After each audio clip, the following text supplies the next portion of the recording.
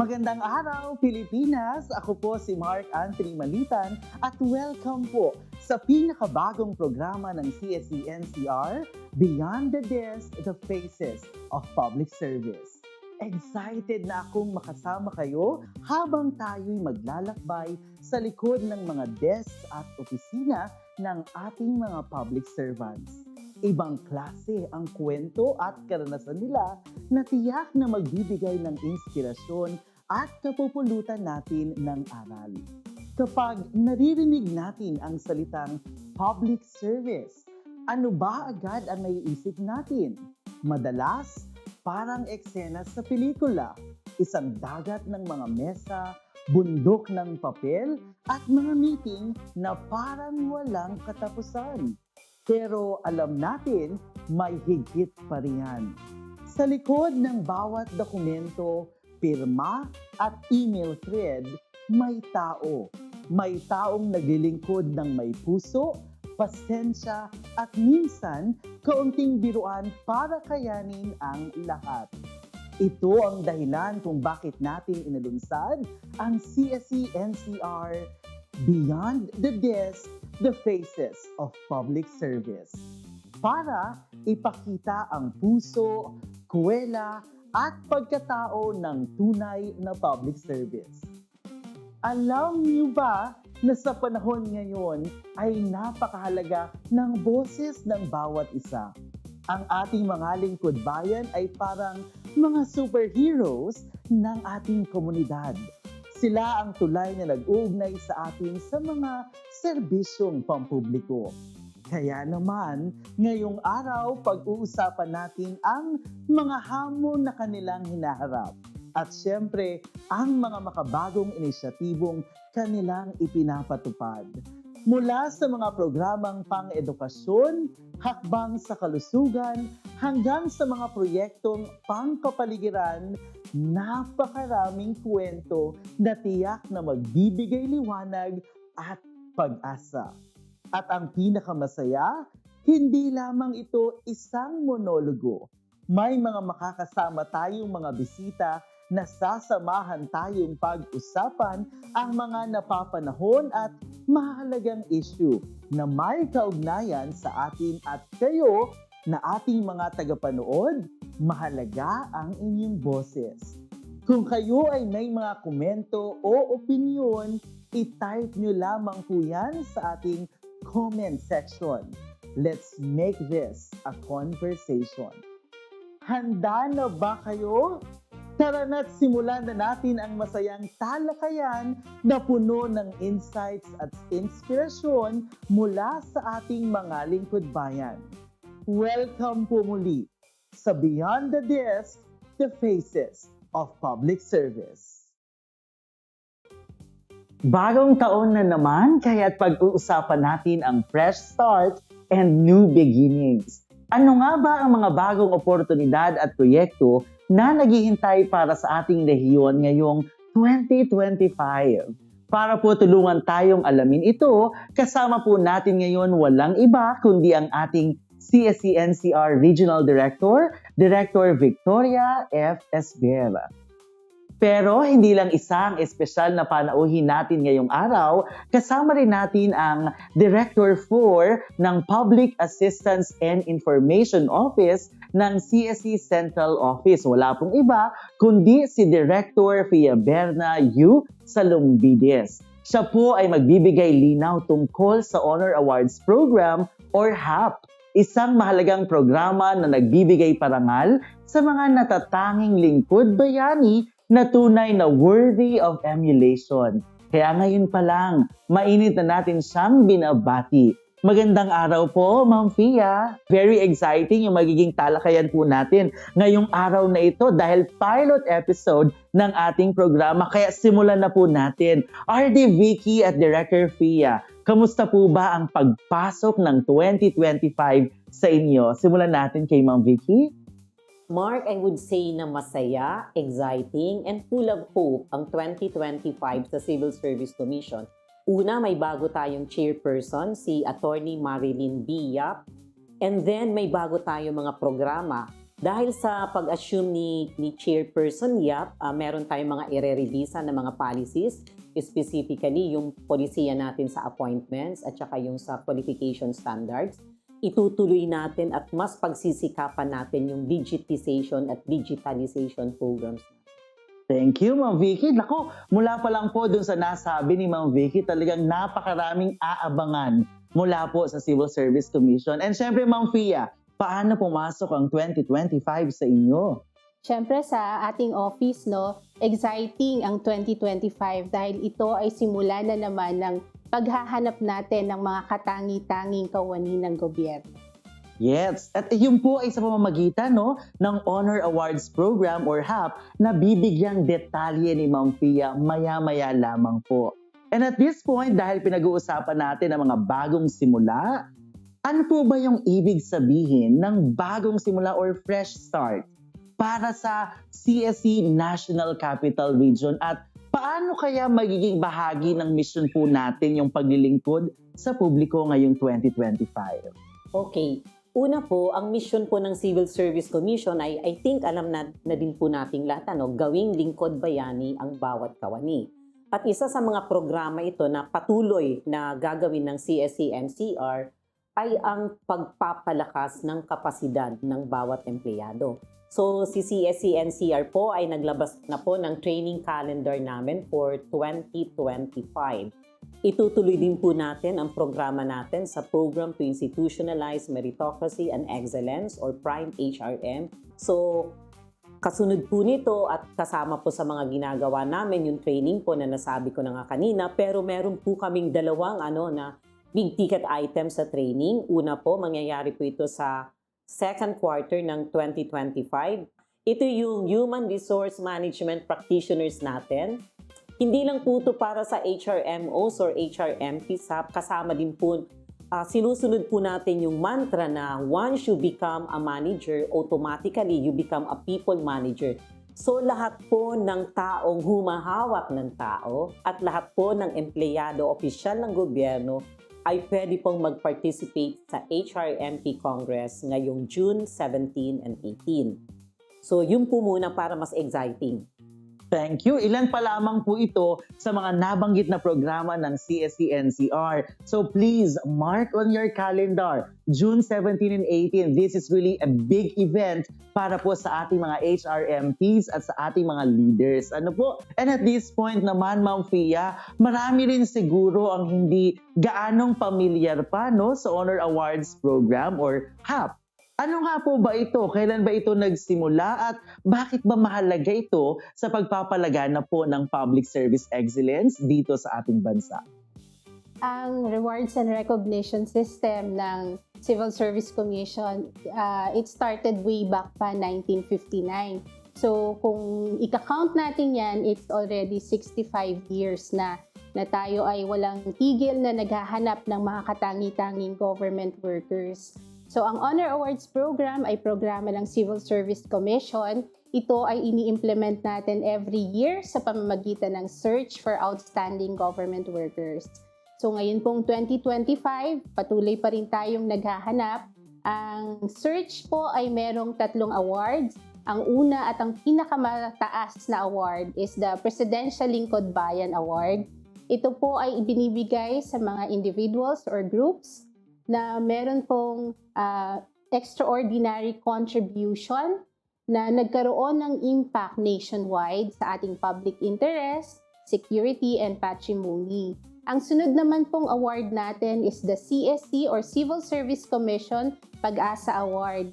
Ito po ay binibigay din sa individuals and groups na meron pong contribution sa mas higit pa sa 2 na mga government agencies. Ang contribution nila ay may direct na benefit na nakuha or naibigay sa mga 2 or more government agencies. And the third award is the Outstanding Government Officials and Employees Award or Dangal ng Bayan Award na binibigay naman po natin ito sa individuals sa kanilang contribution na extraordinary.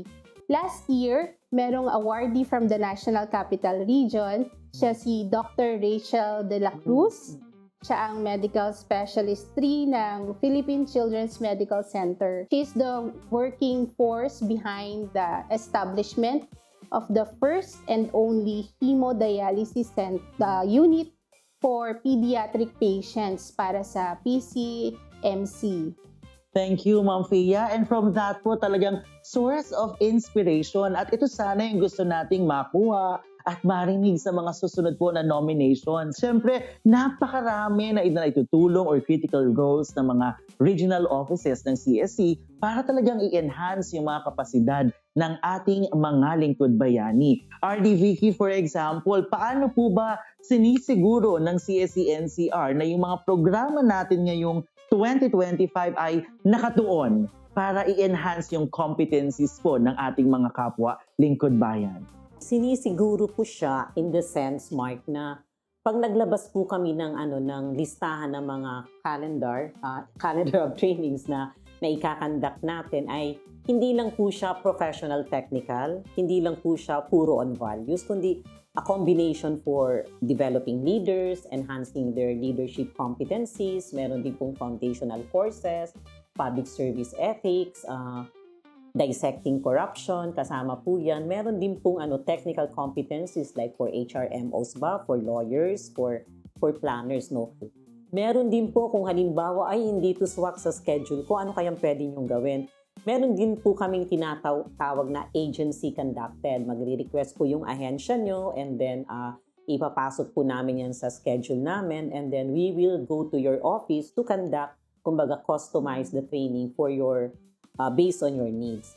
Thank you again, Ma'am Vicky. No, nabanggit niya, another exciting po, napakaabangan po talaga ninyo. May mga kino-customize tayo, Ma'am Vicky, na mga programa para sa mga lawyers, mga teachers even, mga teachers po, local officials also, especially pagtapos po ng eleksyon. Going back naman dun sa Honor Awards program ulit, kasi talaga namang very interesting no, na pinag-uusapan natin ito. Ganon din po yung pagtatahi ng pag-i-improve ng ating mga public services. Ano nga po ba, Ma'am Fia, yung mga pangunahing katangian? Ano kaya yung standards na hinahanap po dito nga sa ating mga nominado at paano sinisiguro na ang kanilang mga nagawa po ay talagang magmamarka or tatatak? Para sa Presidential Lingkod Bayan Award and CSC Pag-asa Award, ang mga kino-consider ng ating judges, unang-una, yung originality and uniqueness ng accomplishments. Dapat ito ay bago, innovative, and tinitingnan din nila yung results and impact. Kung merong breakthroughs na nangyari sa structures, sa processes, sa systems and procedures in the delivery of public service. Sa Dangalang Bayan Award naman, the judges look for the powerful impact ng kanyang extraordinary contribution. Totoo ba na nagkaroon ng impact sa kanyang organization and also sa community?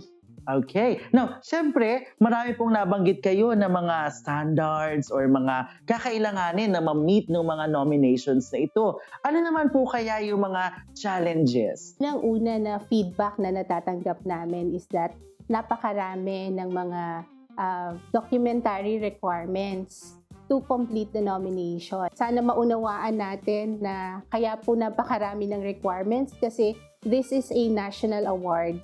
And gusto po nating ma-make sure na ang ating mga i-recognize na mga government workers ay talagang karapat-dapat sa kanilang award. Hindi rin accurate yung ating iniisip ng ibang mga gustong mag-nominate na kapag maganda yung write-up, mas malaki yung chance na mapili as winner. Pero hindi siya talaga isang basis para manalo. Yung ating perfect grammar and yung napakaganda pagsusulat, hindi po yun. Yung laman po ang ating tinitingnan, yung laman ng accomplishments at saka yung impact. Diretso ko na rin, Ma'am Vicky. So since nag-i-invite tayo ng mga nominations for HAP, baka may mga tips ka po dyan na gusto mo pong ibahagi sa kanila para mas maging maayos na maipakita at maitala yung kanilang mga tagumpay. Okay. Actually, minention na ni Director Fia, no, hindi lang po kalidad, dapat quality and then quantifiable, no, di ba? Magko-compute tayo, magkano nga ba ang nasave? Kung impact po, wag po nating sabihin na maraming nagawa. Isahin po natin kung ano yung mga nagawa nito at kung ano, paano nakabenepisyo ang publiko, sinong particular public, anong grupo ng sektor.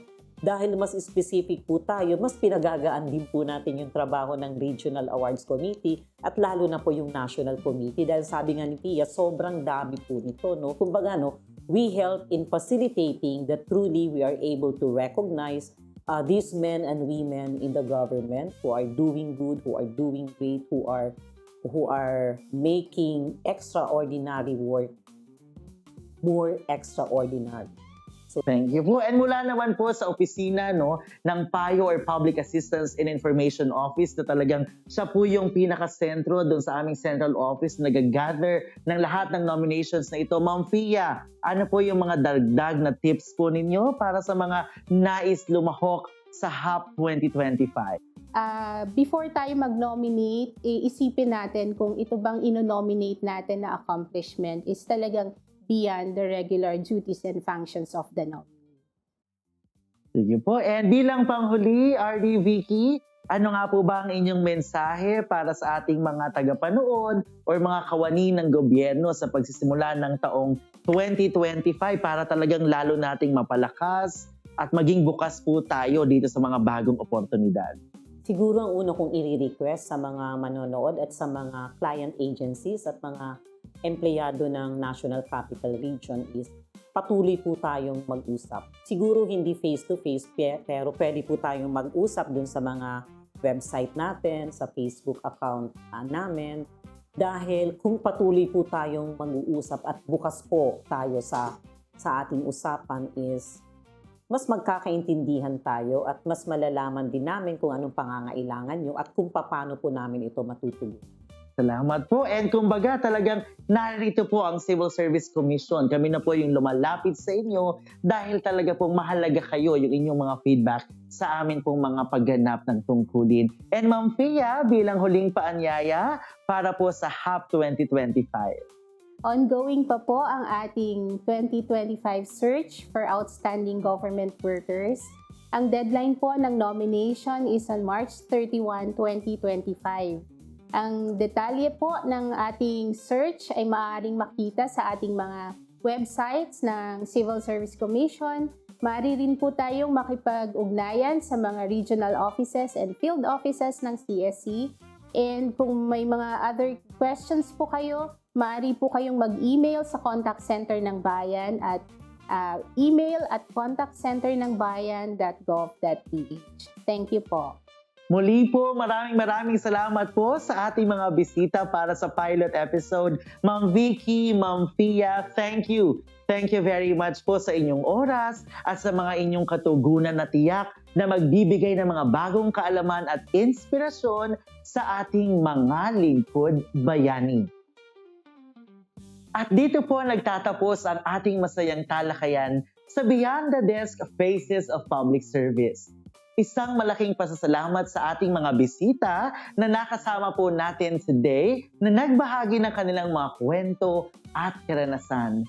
Tunay na nakaka-inspire ang kanilang dedikasyon at malasakit para sa ating bayan. Huwag kalimutan na maging bahagi ng ating kwentuhan sa susunod na episode. I-follow ang aming social media pages at i-subscribe sa ating channel para sa mga exciting updates at upcoming episodes. At upang mas tulungan pa kaming pagbutihin pa or i-improve ang ating mga susunod na episode ay magre-request po kami ng inyong feedback gamit ang QR code na makikita ninyo sa inyong mga screen. Muli ako po si Mark Anthony G. Malitan at ito ang Beyond the Desk Faces of Public Service. Maraming salamat po sa inyong pagsama sa amin. Mag-ingat po kayo at magkita-kita tayo muli sa susunod na kwentuhan. Magandang araw, Pilipinas!